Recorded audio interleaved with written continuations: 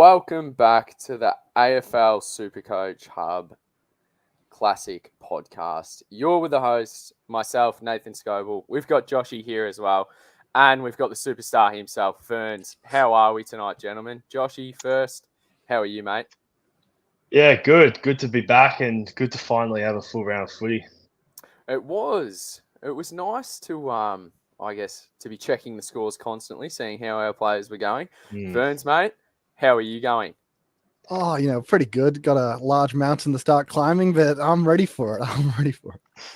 Yeah, well, it's a perfect segue, mate. We'll just get straight into our weeks. I had a lackluster week. I scored 2-1-3-4. And my current rank, I'm sitting at 40k. So not the best, not the worst. I guess fairly mediocre, so to speak. But we will get into it. I don't have as much climbing as a certain someone that is about to allude to what they scored.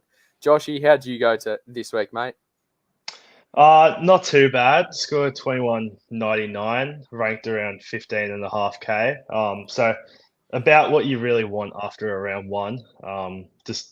The margins right now is so small, so Yeah. I'm really happy with that score, and we'll get into some guys later that stuff that score up a bit. Yeah, there's a certain someone that's been suspended that you and I both had, and we'll just label him straight away. He who shall not be named. It can be his new nickname, and he's got a massive pair of front chompers as well. There's a hint for anyone that's cluey enough to understand who we're talking about. Ferns, mate, if your rank was our bank accounts, we'd be loaded. How'd you go, buddy? Yeah, no, it was pretty solid. Put out in 1992 and started at 96, 422. So, yeah. So there you go. Before anyone says that we're experts, just have a think about that first before you go saying the E word around here. But I mean, it wasn't that bad of a round, was it? I mean, there's 160k players. Joshy, you're sitting at 15k. I'm 40k. Verns, you're at 96k. So a little bit of a discrepancy between all three of us. And for those playing at home, we've got no idea what Pleb scored because he doesn't communicate with us, as you all know. But it wasn't that bad. I guess, Joshy, was there any players that you regretted not starting at all or regretted starting? Regret starting a big chompers, James Harms. He can honestly get stuffed. Scored 35. Every time he got near it, he turned it over or he gave away a free kick. Started headbutting blokes. Got a week for that and good riddance, honestly. Should have got the season for it. And yeah, he's the one that I regret starting. And also Hayden Young. I was never really big on him. I know it's only 1 week, but with Cox getting injured and also McDonald getting injured, he might have to start going back now, and it's not going to be ideal. Yeah, I completely agree, mate. On the flip side of that, Jeremy Sharp seemed to increase his scoring potential once Hayden Young moved to that back line. So I guess a little bit of a caveat there. It's always nice to have rookies scoring well, and obviously, I guess we all expect Hayden Young to turn into that primo that we wanted, say an underpriced premium in our back line. But if Jeremy Sharp's scoring is going to increase with him back there, it's kind of a good thing, I reckon. Verns, was there anyone that you regretted starting or not starting?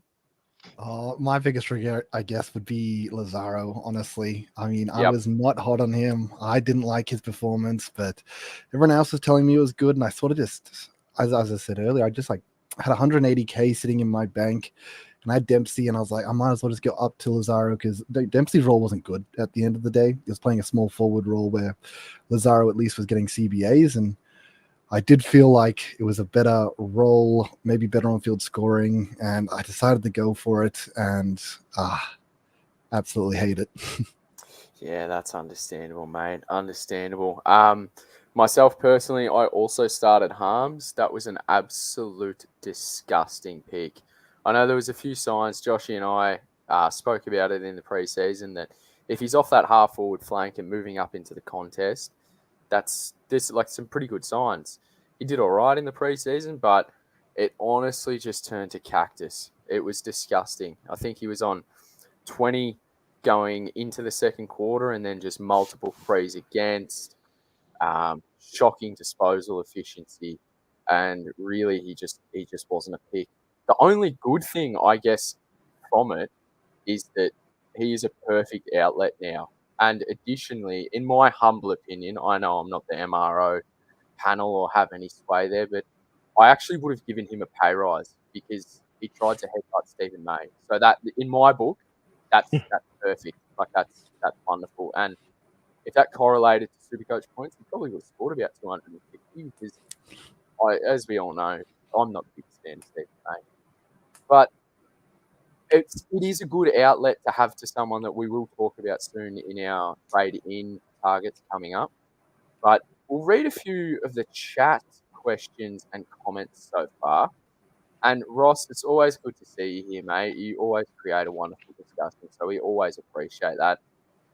Who's your must-have rookies? Sorry, the question just disappeared. Getting in first with the first question, who's your must-have rookies if you're trading out of Reed, Gibcus, Jai Clark, and McDonald, etc.? Must-have rookies. I'm just going to take the easy way out and say Blake Howes. I would assume you've got him. If not, I don't mind going early on Jack Carroll from Carlton. I know he's on the bye, but you can loop this week with him, and it looks like he's got a very good role in there.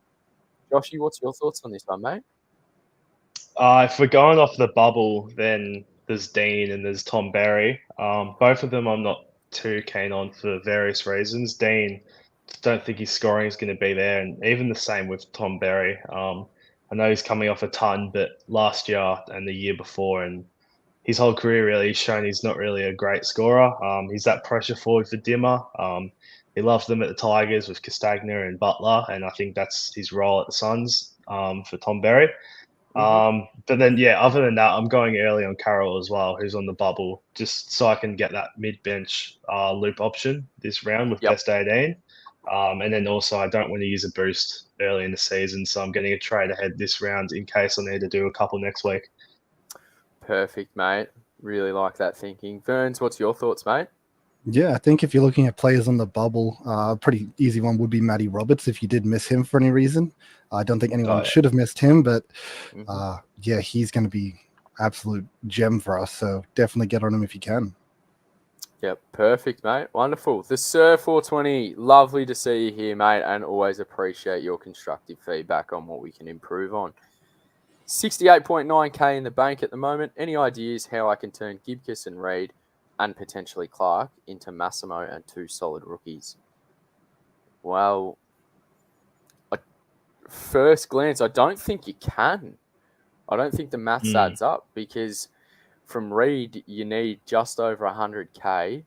From Gibcus, you need 70k. So I think you're going to need to be bringing in, is that two 117k players? And I honestly, besides Mana, I'm not a fan of any of them. So I could be completely wrong, but to me, that maths just doesn't work out at the moment, mate. Honestly, I'd probably just keep Clark and see if you can turn Gibcus and Reid into, say, a Massimo and a defensive rookie. Like, if you missed a Caulfield or a Hoare, or if you didn't have Blake Howes, that they would be my suggestions. Joshy, can you see any other way around this, mate? No, I think you're exactly right in terms of what he's got in the bank. If he was to try and get Massimo in and wanted two solid rookies as well, I think it would have to be someone else instead of Clark. Obviously, Gibcus and Reid are injured.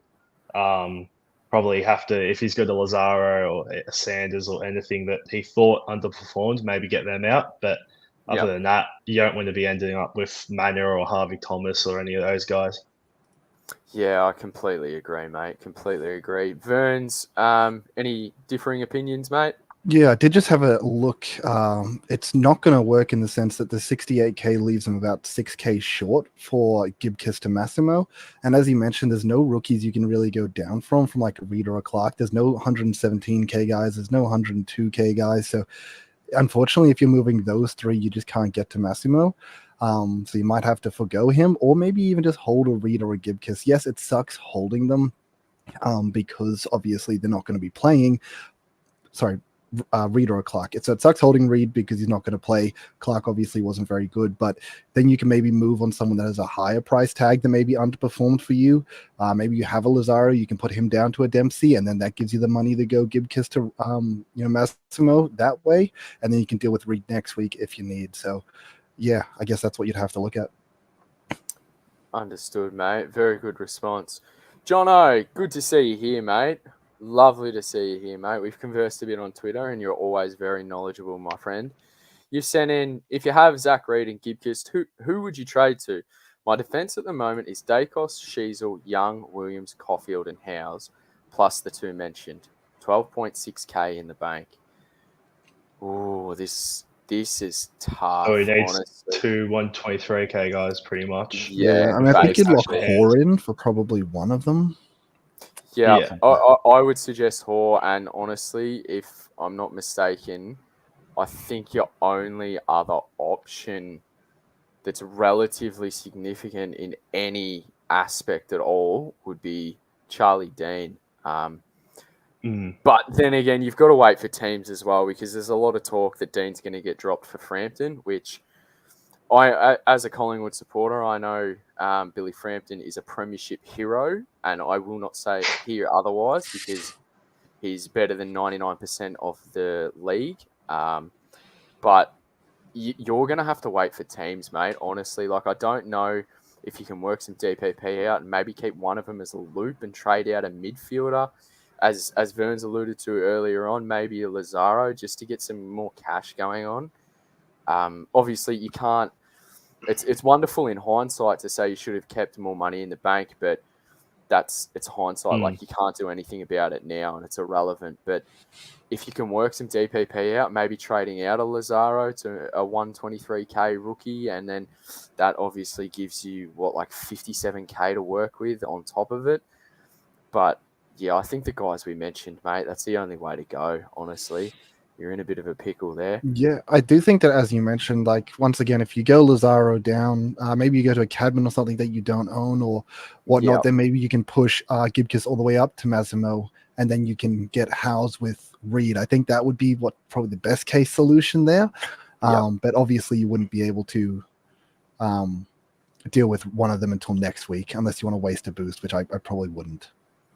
And I know, Josh, you probably know more about this than I, but I would assume that Essendon would play a few Saturday night games / Sunday arvos. So if the looping works out there, surely you'd be able to do something, and you could keep a Zach Reed just purely for loops. Obviously, you've got Williams, and he's on the bye this week, so it doesn't really affect this week too much. But obviously, post round 2, you could see what happens there, mate. Honestly, hope that helps. This is for you, Joshy. This is from Thomas Jack. Just making sure Josh gives Jacko a shout out for betting him in the Brad Dick Cup. Joshy, floor is yours, mate. Yeah, Jacko, Jackson Baum, he beat me in a long time cash league. I've been doing this one for about 6 or 7 years now. And yeah, I had to shout him out if I lost, and I lost by 3 points. And yeah, we'll blame Fuckwit Harms for that one, I reckon. Yeah. I mean, the only silver lining is that he's a perfect trade out option. I know you're obviously speaking about draft, but for Classic, I've had a few rushes of euphoria in my life, but trading him out was definitely highly rated because, oh my God, I have no idea what I was thinking. Last question, then we'll keep continuing on. Jake Charman, good to see you, mate. Thanks for dropping in. Is it stupid to waste your 2 weekly trades on trading out Gibkiss or Reed as your cash cows due to injury and bringing in other cash cows rather than established players? Personally, absolutely not. Absolutely not. And I know it depends on your team, honestly. Like, you can afford to get another week's worth of data, but if you're eyeing off, say, a Melbourne player, if somehow you miss Blake Howes or you've got some interest in Billings and you've got cash in the bank, then I don't think it's stupid at all, mate. No, like, you can restructure. The earlier you restructure, the better, in my opinion. But pinpointing when the best time to do that is critical. Joshy, is it silly to waste 2 trades, mate? I don't think it is. Last year, I was too hesitant to trade my rookies. I know Gibcus and Reed are injured, so they've got to go out anyway. But I remember last year I missed out on Chandler, missed out on Van Ruin, both guys who made like a lot of cash. I think Van Ruin might have been a season or two early, actually. Oh no, they're both last year, I think. But yeah, if you can see 2 players that are going to make coin, and your 2 are injured in this case, then I'd be making the move. It's not wasting trades at all. Wonderful, mate. Wonderful. Verns, anything different at all, mate? Anything? No, I think that's just, as you said, completely correct. Like, at the end of the day, these guys have to go. If they're not going this week, then they're going next week. And next week, if you wait a week, it could also mess up next week's trades. It's a little awkward this year because we have players on the bubble a week early, and you kind of want to be making moves to them. So I think it's fine to sort of deal with one of them now. As you said, if you miss a house or something, perfect. He's on the bubble, grab him. If you go give his down the house, and then that gives you a little bit of money to maybe get a Billings in who's also on the bubble. It's fine to play towards those guys on the bubble, but if you don't have the ability to get guys on the bubble, or you just don't want to because it messes up your structure, it's perfectly fine to just replace these rookies and getting guys that will hopefully be playing going forward. Wonderful, mate. Wonderful. Yeah, I couldn't agree more. Like, sometimes the best thing to do is to not trade at all if you're not 100% certain. And then other times it really is a great avenue to literally get these injured players out so that you've got bench options. I know that it's best 18 and it's a double-edged sword because you might have 19 fantastic scores and one drops out and you're laughing. But then again, you could have, say, 22 players, but the bottom 7, their scores don't differentiate that much, and it's not that much of a bonus anyway. So honestly, it just depends on what type of player you are, mate. I know, as Joshy said before, he tried to save trades last year, but I was the exact opposite. I went hard way too early, and that just absolutely killed me. So this year, I'm trying to be a little bit more conservative, but in saying that, I could do anything this week. I could go from not trading to using a boost to using 2 trades. I genuinely have not thought it through completely yet. So good luck with that, mate. But ultimately, make sure it's your decision because there's nothing worse in fantasy sports, regardless of what it is, than when you listen to someone else and your first thought that you were set on and you've been convinced to do otherwise does really well, mate. So thank you very much for that question. We'll move on now to our most traded in and most traded out. And this is just purely off the Supercoach app. So Joshy, Verns, I'm just going to say the names, whether you agree with it or not, reasoning, whatever you want. Feel free. If it's someone with the initials JH, please let them know how much of a fantastic footballer they are for leaving my Supercoach side. So the most traded out player currently in my team is Zach Fisher. Now, right now, I'm on the fence. I don't think I agree with that currently, purely because he had 9 turnovers and it wasn't as if he didn't find the footy. So I'm more than happy to give him 1 more week to see what happens. And then obviously you get that extra week of data for trade-in options. So I'm happy to leave Fisher there. Absolutely happy. Joshy, what's your thoughts, mate? Yeah, well, I'm keeping him for now. Just going to give him 1 more week before he either goes up or down in price. Geelong's a really high-pressure team. Whether that was a factor in him turning it over a lot, I'm not too sure. But I think I've got my eyes on Harry Mackay if I am going to shift Fisher to anyone. And I know people would probably laugh in my face if I said Harry Mackay before the season, but coming off a ton in the preseason, 2 tons in regular season, his role looks unbelievable, like second rucking, going high up the ground as a key forward and contested marking. So that's the guy that I'm looking at. But a lot of people are doing Fisher to Billings. So if they want to do that this week with Billings on the bubble, that's more than fine. But 1 more week for Fisher for me, under the roof at Marvel. I agree, mate. I agree. And I would completely endorse Fisher to Billings. Absolutely. Yeah. Verns, what's your thoughts on Zach Fisher, mate? Yeah, I think Josh was pretty spot on with the holding him a week. I think at the end of the day, they're playing at Marvel. They're playing against Freo. It's not GWS again, who's going to be one of the best teams in the comp, if not the best. They're looking insanely good. So I think you go with you get Freo coming to you. He's probably going to do a lot better. They're not the kind of pressure team that GWS is. So I'm expecting a big bounce back week. And then he's got his revenge game against Carlton, which, usually players want to show up their own old side. But if unless did your have name's James to go, Harms. Yes, unless your name is James Harms, yes. Yeah.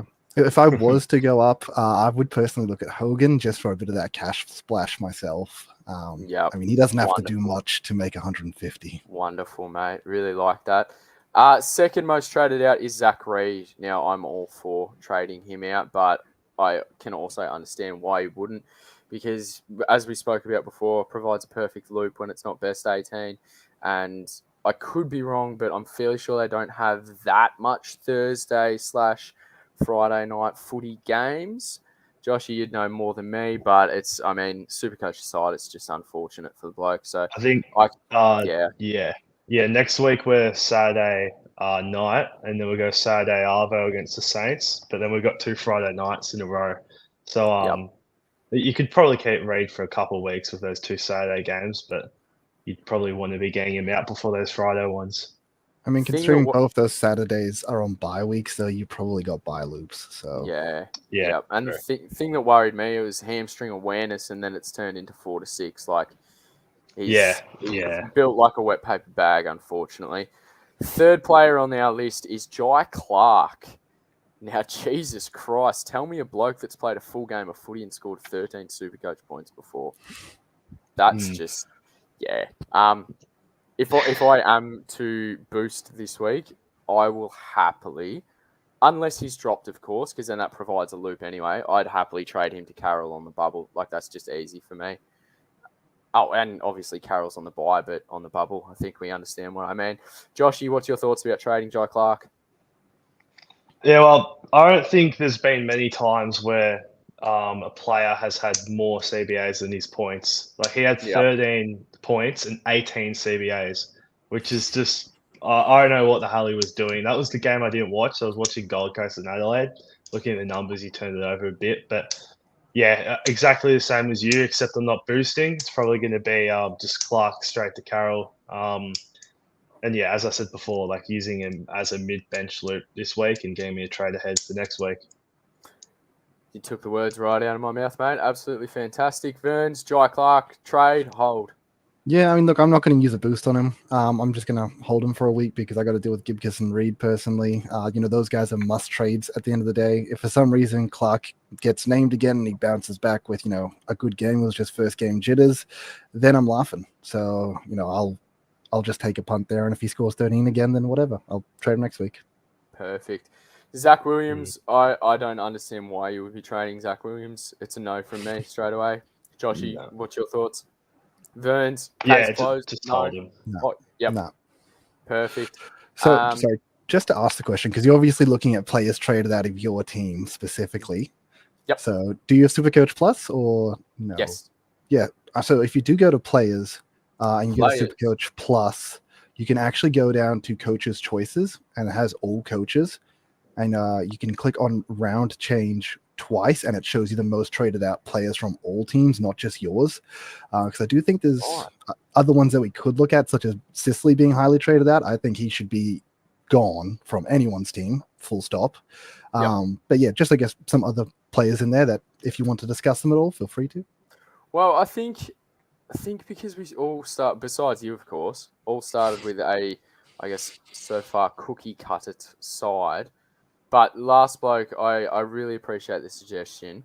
But this bloke, my God, you have the chance to literally show your old team what you could have been. You've just been offered a 3-year contract on, not millions, but relatively good money.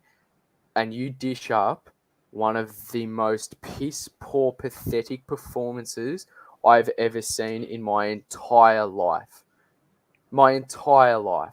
This bloke was absolutely disgusting, and to top it off, he literally got suspended. Now, I know we joked before about him headbutting Stephen May, but James Harms, my God, you are a better actor at acting as an AFL footballer than you are at being an AFL footballer. You are absolutely, completely and utterly a spud. A complete and utter spud. If anyone has James Harmes in their team and they're not trading him, what are you doing? What are you doing, honestly? Because this bloke is your ticket to Billings. This bloke is your ticket to Fife. I don't know, like, if you've missed one of these mid prices, Jordan you can go up to, or you just go down. But James Harmes has got to go. Joshy, what's your thoughts, mate? Yeah, I'm the exact same. I wouldn't have started Harms if it wasn't for Goody just being an idiot and putting Billings as a sub in opening round. I say on this pod multiple times how big I was on Billings, but in a way, in a weird, twisted way, yes, I had to endure Harms is 35, but in a way, starting him is going to work out well for me because it's just straight to Billings. A lot of other people are going to probably have to go down from Fisher or go other ways to Billings, but straight swap Harms to Billings for me. And yeah, he's completely gone from my side and he can get stuffed. Yep, absolutely. Absolutely. Verns, what's your thoughts, mate? I'm fairly sure you didn't pick Harmsy, but I'm sure you would agree that he's got to be traded, yes? Yeah, 100%. Yep, perfect. And I just did what you suggested, mate. Thank you very much for that little tip. And then we'll start at number 5, Marty Hoare. Do we have any reasonings against bringing him in at all? I mean, I thought he was pretty good. He scored a 60. I think I would prefer Hoare over Caulfield, to be honest. Joshy, any obligations for bringing in Hoare? My only obligation is he's not like the rest of Melbourne. He's still got another game before the bubble, so maybe hold off a week, unless you desperately need to get Gibcus and Reid out. But maybe hold off a week and look at his second game first, because there has to be some alarm bells that he wasn't initially in that Melbourne side, although Bowie was injured in the first game, so maybe that's the reason. Yeah, unfortunately for him. Verns, what's your thoughts on Marty Hoare, mate? Any objections to bringing him in? Yeah, look, I think he's a direct replacement for Bowie at the end of the day, so he's probably got good security while he's injured. But as you said, he's not on the bubble. You could wait if you want, but saying that, the stocks in the defensive rookie line aren't great, and I would definitely prefer him over like a Dean or a Pink or any of that trash. Yep, wonderful. Isaac Heaney, boys. I can understand bringing him in. Absolutely. I don't own. Verns, you're sitting there pretty chuffed, so I think you do own him. It would depend on how you get to Heaney, I think. It's all about the avenue, not the end destination for me. So I don't have any objections to that, but it would definitely depend on how you get there. Joshy, any thoughts regarding Heaney, mate? I'm going to have to miss the boat. I'm going to be really not liking watching Sydney games, I think, early in the season now. But just like Longmire is still talking about how good he is up forward, and if they need to score, he's going to be going down there. Like, he pumped him up as an All-Australian forward, blah, blah, blah.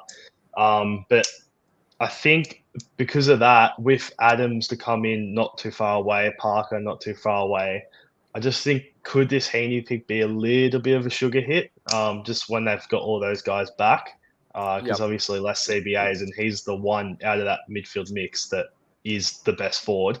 So he's ideally the one that you send forward. But he's just playing so well in that midfield where I think Horse has to decide, is he more effective up forward or in the mids? But I'm going to miss him, but I'm going to really hate watching Sydney games, I think. Agreed. Verns, what's your thoughts, mate? I don't think you blow your side up for him. He's not worth blowing your side up for.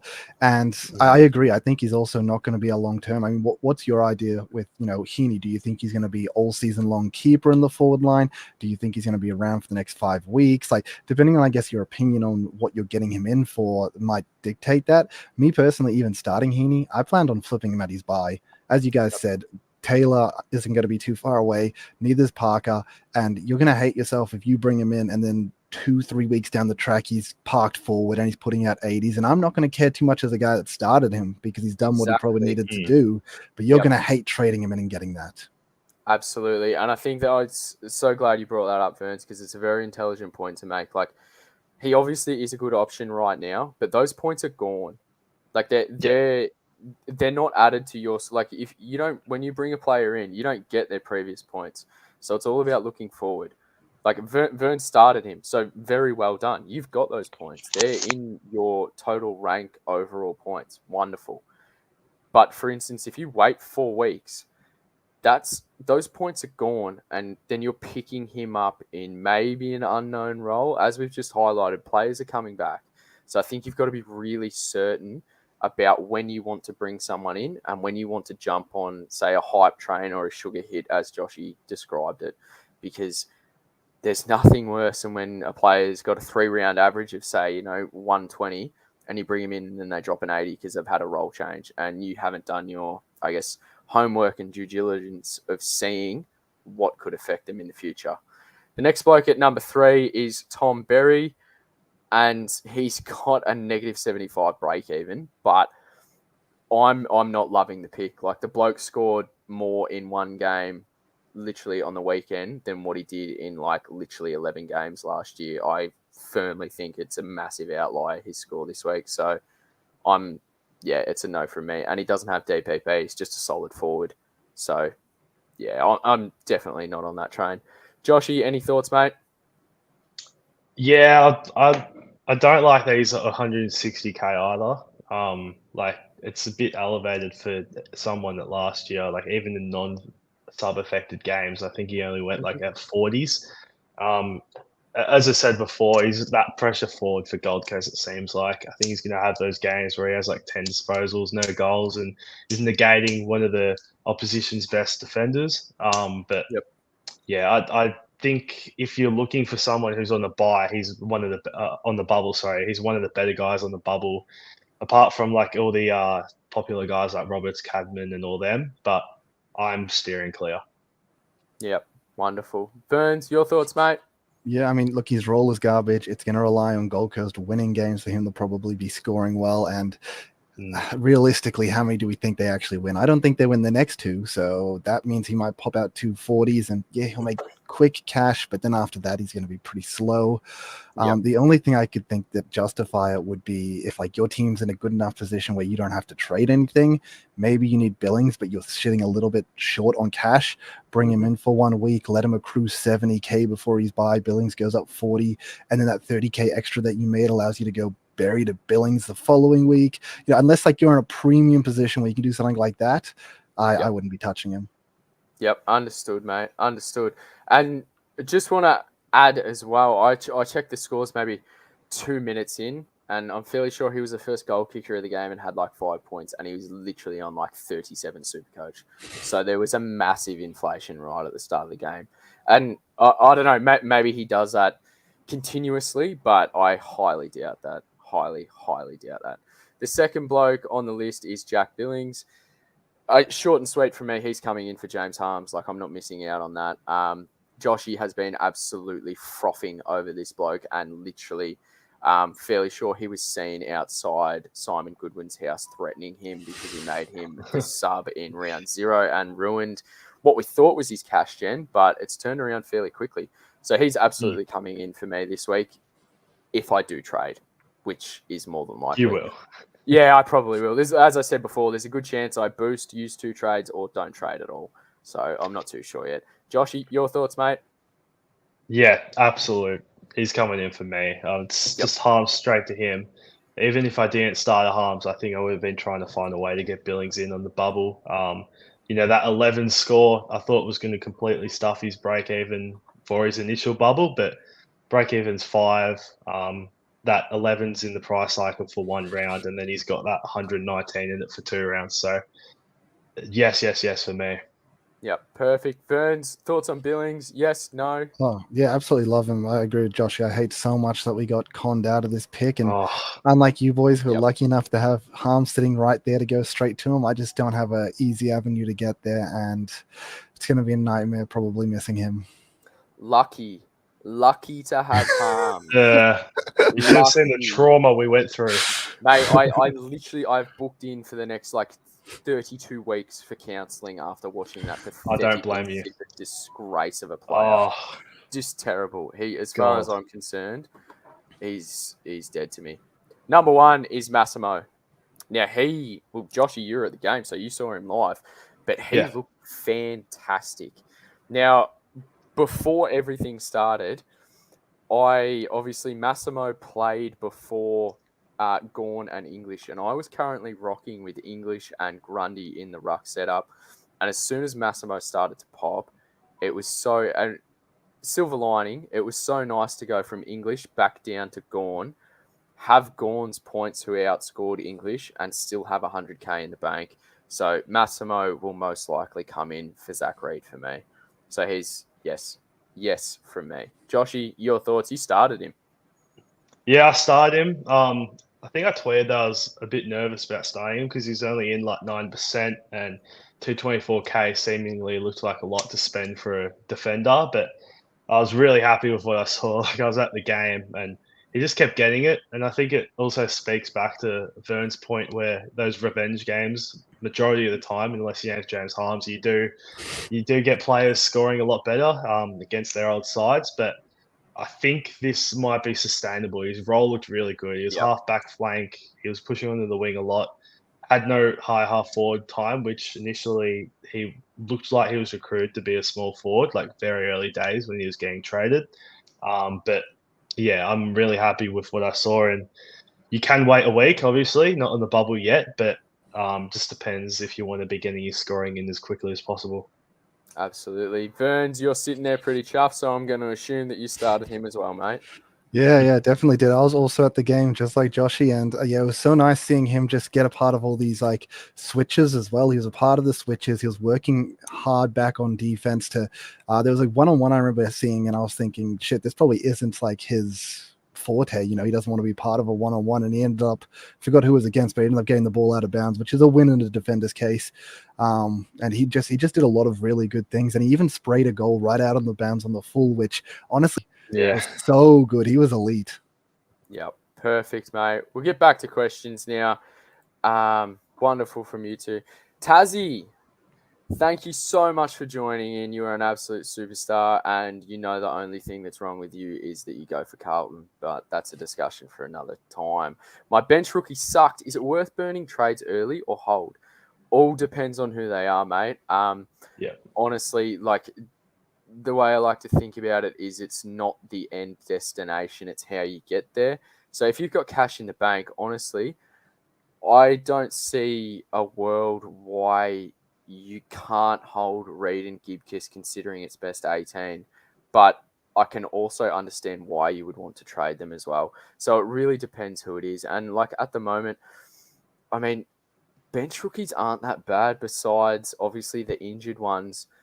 Clark and Manor, like they were the most popular ones from memory, and they didn't do too well. Like even Lazaro scored a 40, but it depends how much you read into that. So honestly, if it's going to restructure and you're happy with it, go for it 100%. But obviously, you don't have to. Don't do it off anyone else's accord. Joshy, what's your thoughts?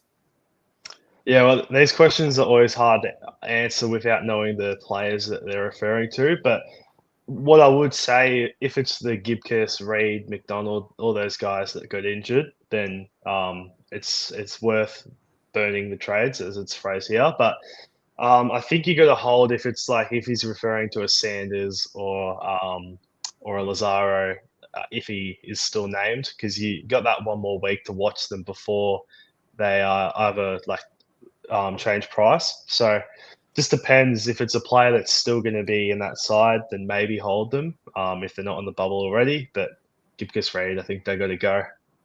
Yep, understood, mate. Verns, your thoughts? Yeah, I mean, honestly, as long as they're playing, it shouldn't be too big of a deal. Like, as long as you're paying attention to your team, you didn't start people like Shellmaker and stuff like that who weren't actually named, and you need to actually get playing players on field. Then definitely move them across and whatnot. Move across the injured players, but most of them, if they're playing and they got a shit score, as long as they're named next week and they're not on the bubble, you can just take a chill pill and hopefully they can bounce back. Reassess next week. Perfect, mate. Global says Fisher and Martin are both gone. I'm completely on the other end of this. Martin literally left, a 130 out there, and Fisher could have easily scored 100. They both had 9 turnovers each, so a net of I think it's like negative 72 points between them. You've got to wait. Like this, just wait. Just wait. There's no need to trade them this week at all. That's my opinion anyway. Joshy, adverse to that or concur, mate? Yeah, I'm the same as you. Like, I'd advocate Fisher to Billings, like we were saying before, just because Billings is on that bubble. But with Martin, he had the role, new to the role. So I think potentially that could be why he was using the ball so poorly. Didn't really know what to do with it. I think Brad might talk to him and say, you don't have to be biting off these ridiculous kicks all the time. So I think because he had that role and still had the production, keep him. But I can advocate Fisher to a Billings, and even if you can get Nick Martin Heaney, who's on the bubble, then maybe that could be a player as well. Yep, perfect, mate. Verns, your thoughts? Yeah, I mean, look, Fisher's 370k. He's cheap at the end of the day. It's not a big deal. It's like even with a 50, it's not a huge deal on his price tag as long as he can bounce back a decent score next week. Doesn't even have to be a crazy score, just decent. If he can get towards 80 to 90, that's fine for his price tag. Yes, we want him to go larger, but we'll get over it. And I honestly do think he will bounce back. So I feel like you should be banking him in, and unless it's like your only way to get to Billings and you're desperate for him, fair enough. Martin, as I said, I was at the game, and trust me, like if it hurt watching him on the broadcast, like spray those kicks, it hurt watching him, feeling like 20 meters in front of you spray a kick. It was painful. So I get you. I get why you want to get rid of him. I think the most fear there for most people is in the second half. I kept seeing him get down that corridor and do those little lead ups for like the 15-meter kicks, and his teammates just ignored him. Just kept ignoring him time after time. And that's a little bit that's scary, that it was like, okay, teammates lost faith in him. They didn't want to give him the ball in that second half. But, they're going to go back. I'm sure they'll work on the training and give him another week. If something significantly changes in the next game, then get rid of him next week.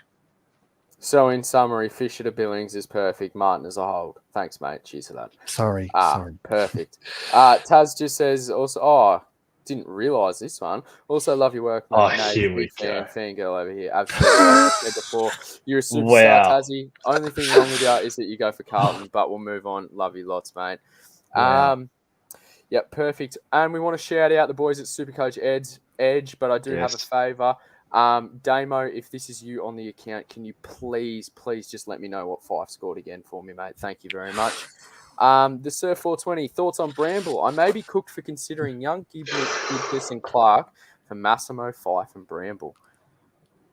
Wow. Not in my consideration at all. Not in my consideration. Unless you don't have Billings, I can understand it. Just do your research, mate. Do your research. Like, don't look at that score. Understand why he scored that. But I am massively over Billings than Bramble. Joshy, your thoughts? Does he know who Bramble's coach is? You can't trust anyone that's not named Bontempelli Liberatore in that Bulldogs team. I wouldn't be touching Bramble. Like, if he comes out and scores a ton again next round and he's on the bubble, then potentially, because he's got that mid-defense swing that could be pretty handy. But other than that, the other two trade-ins, Massimo and Fife, I think you do want to get them in at some point because they both popped off. And then obviously wait a week with Fife because he could get injured next round anyway. But I'd be also holding Young at this stage. Yep, perfect. Verns, your thoughts, mate? Oh, God, Bramble, that seems ridiculous. Like, I would not be going near that pick. I mean, some people are scared he's not even best 22. Like, he's on the cusp. Yeah. Like, he may not be named next week for all you know, so I wouldn't bother with that. And I mean, Caleb Daniel was sub, and once he came on, he looked fantastic. So, always an issue there. You got the boys from Supercoach Edge saying Clark played 59% time on ground. He also had 13 disposals, but 7 clangers and 30% DE, and he was part of the Butcher FC. Well, I mean, that's exactly why he scored 13 Supercoach points, but we all know what happens down at Geelong. He could easily be gone. Yep. Is it a waste of a boost to trade Clark to Tom Berry? Absolutely, in my opinion. Joshy, your thoughts? Yeah, I think it is as well. I don't think Tom Berry's as big as a must. I think everyone's just looking at that break even in the 100 he scored. Yep. Verns, your thoughts, mate? Only if it's letting you chase Billings. Yeah, no, good response. Very good. Burgaroo, good to see you here, mate. Thank you for dropping by. Should I go Clark to Berry or Dempsey or save the boost? Save it. Easy for me. Just save it. Joshy, your thoughts? Yeah, save the boost. Dempsey scored very well, looked very good. So same with the preseason, but you've got to give Geelong rookies one more week to look at because he could be out any second in that Chris Scott team. Yep. Verns, your thoughts, mate? Honestly, I think boosts are precious. Let's be honest, you're not using 2 in the first 2 weeks, so there's no point in using it now. If you're going to use one, use it next week. Yep.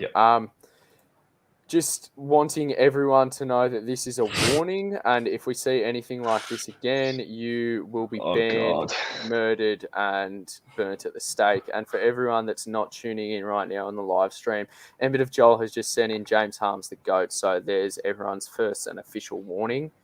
Young pumps out another sub 80 score. Do I pull the plug and move him to everyone's saviour, Elliot Yeo? That's not was. Well, I think that is a little bit of cap there, mate, because if Young does pump out another sub 80 score, you probably are tempted to move him on, but definitely not Elliot Yeo. Joshy, what's your thoughts on Young, mate? Yeah, well, I was never really into him. I really wish that I could have found a way this week to get him to Took. Obviously, Took's on that bubble already. He's going to go up, but just couldn't find a way because there's no defense mid rookies really out there. But Elliot Yeo's not the answer.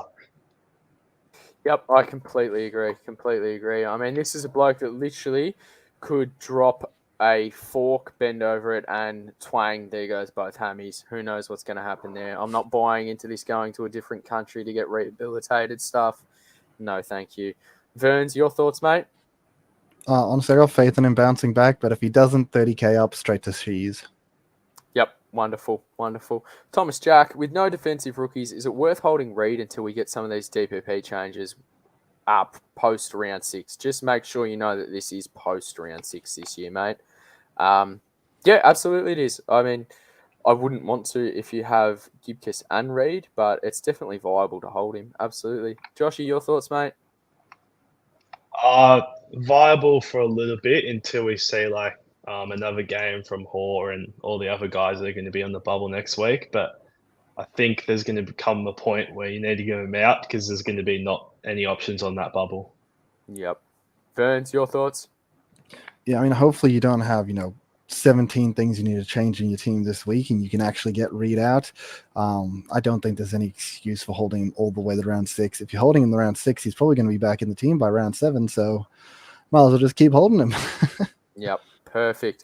Global, good to see you again, mate. Please prioritise these trade-ins. McKercher, Billings, Berry, Fife, Massimo, Bonner. Interesting. Little bit to take in there, but I'm going to say Billings, Massimo, McKercher, Fife, Bonner, Berry in that order. Joshy, your thoughts? Yeah, Billings definitely number 1 because he's on that bubble. I know Berry is as well, but with going over that, we're not that keen on him. No. So I'd go Billings, Massimo, McKercher, Fife, and then I'd still have Berry over Bonner just because of the break even, the bubble, and I'm not going to trust Bonner until I see him in the same team as Jack Sinclair. Yep, absolutely. Verns, your thoughts, mate? Yeah, I'd go Billings. McKercher and Fife probably split even. And then I would go Bonner, Fife, Berry. Yep, perfect. Next question. Well, it's not really a question, but I really like this. I assume this is Damo again, one of our good friends. Shout out to the Supercoach Edge. They're fantastic fellas, but yeah, Damo goes for Carlton, so we've got to lower our opinions of him even lower than his opinion of Fife. Sorry to break it to you, Scobes. Fife is in the sights of the Supercoach Reaper like in Final Destination. There is a trend in those who have done major injuries. They have all been injury prone. Yeah, mate, so tell that to the 103 pumped out. So, yeah. Oh, so you may have sent me his score. So, yep, perfect. Well, that looks like for questions at the moment. What are we thinking for VC and C options this week, boys? Joshy, have the floor. Who are you liking? Well, I messed up last week not going Dacos VC. VC, I always like to have a little bit of a cheeky play at something. I went Grundy, given he came off the 139 the week before against Gorn, and I thought he could maybe take DC to the cleaners, but wasn't the case. So this week with Collingwood on a Thursday night, I'm going to put the VC on Dacos, and then I think I might go back-to-back C with Butters. He's got Richmond this weekend, and we saw like Gold Coast absolutely, like their whole team in terms of the midfield scored well against Richmond. Cripps pumped out a 130 something last week against Richmond. I just think don't say that name. That's PTSD right there. Trigger warning, but I just think that there's points there against that Richmond midfield. They're very lackluster defensively, or me there. And then the other one I've looked at is Gorn versus Reeves against Hawthorn, just because Goldie had 41 hits against Reeves, and that's Reeves' strong point because he's shit around the ground. Yep, perfect. Verns, what are you going, mate? You'll probably go Riley Bonner C here, won't you? Just straight up on a Thursday night. Oh, wish I could. Don't got the cojones for that at all. Look, I mean, if you're lucky enough to own Sarong, I think that's going to be a pretty good shout there into North. Against North, I'm tempted to go either Heaney, maybe going English. English hasn't historically done well against Wits, but I don't know. He's getting older, Wits, and English is so good around the ground. I just kind of have faith. And then I think I agree with Joshy. I'm going to back in Butters for a C. But if you're lucky enough to own Green or Hogan, feel free to go mad with those guys. Yeah, I don't have either, but they're massive options. Definite options. Wonderful. Myself personally, I'll be sticking the VC on Nick Dacos, and look, the C is probably going to be Livingston. He served me well last week. But if by somehow Dakes doesn't go 120 plus, looking at it, big fan of Grundy against Essendon. Could easily just go Bont against Gold Coast. I know Bont doesn't have that amazing record at against Gold Coast. The Doggies they tend to do all right at Mars, so I'm fairly intrigued there. And there was a good comment in the chat as well. I think it was from Sir 420. She's at Marvel. That could be an absolute smoky there. I don't think he's going to cop any attention. And yeah, they're my options, and obviously fullback as well. Butters seems to always be a good option as well.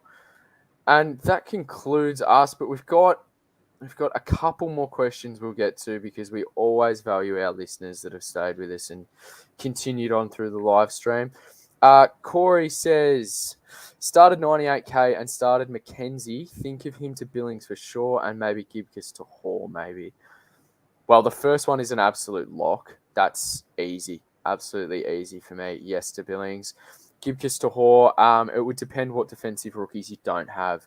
For instance, if you don't have Howes, he would be my obvious choice. But Hall's not on the bubble yet, so you can obviously wait there, and we know it's best 18, so depending on your player numbers, I'm sure you could get by just using one trade. Joshy, what's your thoughts, mate? Yeah, I think you hit on nail on the head. He's got Mackenzie, we've got Harms, both go to Billings. And then, it just depends what rookies he doesn't have down back. Hall's a plausible option. But yeah, he's not like the other Melbourne guys and on the bubble this week. Yep, perfect. Ferns, your thoughts, mate? Yeah, I guess the only other option you really have for Gibcus is maybe if you're going to go up to D'Ambrosio. I guess it comes down to if he's going to be on field or not, because if he's on field, it'd be very nice to have D'Ambrosio there, but if he's on the bench, then you could just go to, as you mentioned, a Howe, if he's going to be on the bench and the points don't matter. Perfect, mate. The Sir 420 Scoops, do you reckon Bez and Massimo in for Gibcus and Lazaro is solid? If you change Tom Berry to Ollie Dempsey, I'd rather go early on Dempsey than Berry, and I would like those trades. That's just my opinion, though. I mean, you could easily not trade, to be honest. Joshy, your thoughts? Yeah, my thinking is the same, but with Massimo, again, you can wait another week. Also with Lazaro, given they're not going to change prices yet. Just quickly on Lazaro, he's probably going to get dropped, but I think the only positive sign was that he did have 53% CBAs against GWS. So the role was there. Simpkins still to come in, but I'm with you in this case where maybe just don't trade at all. Yep. Verns, your thoughts, mate? Yeah, I think you guys have covered it. Sounds good. Perfect, mate. And it wouldn't be a live stream or for the audio listeners without our good friend Johnny Smith popping in. And this isn't a question. This is just a nice little dig, and it's a deserved dig because they have been absolutely pathetic. How good is Collingwood starting 0-2? Any thoughts on Pies being so poo? No, because you've described it, mate. Absolutely poo. Absolutely poo. We played two good teams, and they've honestly destroyed us. They both deserve to win. Absolutely. Our last question of the night. Thank you so much for everyone for being in here and listening. Who's more likely to ping a hammy, Fife or Yo? Well, Fife is literally going to go, I don't know, maybe 160 over the next 9 weeks. So we'll be laughing for that. It's wonderful. Honestly, Fife looked good, and really, between them, flip a coin because either of them could. That's just my thoughts. Joshy, who's going to ping a hammy first? I'll change it to who's going to get injured first, and it'll be Yo, and his groins are cooked. Like, they are really bad. So we'll probably do a groin. Fife is more freakish injuries. He'll probably snap his leg in round 4 or 5 or something. Yeah. Burns, your thoughts, mate? Oh, geez. I mean, get a double-sided heads coin and flip it with both of them on heads, and you're good. Oh, Burns is a smart player. We love that. And John O'Carroll, Pies will be zipping 3. Honestly, it's a huge possibility, but as long as Dags bangs for that VC, we're all laughing, mate. We're all laughing. Going to be a good game, though, that one. Yeah, absolutely. It will be. Last one, and I promise this is the last one. Supercoach Edge. So our good friend Damo reckons Fife's going to do his calf this week.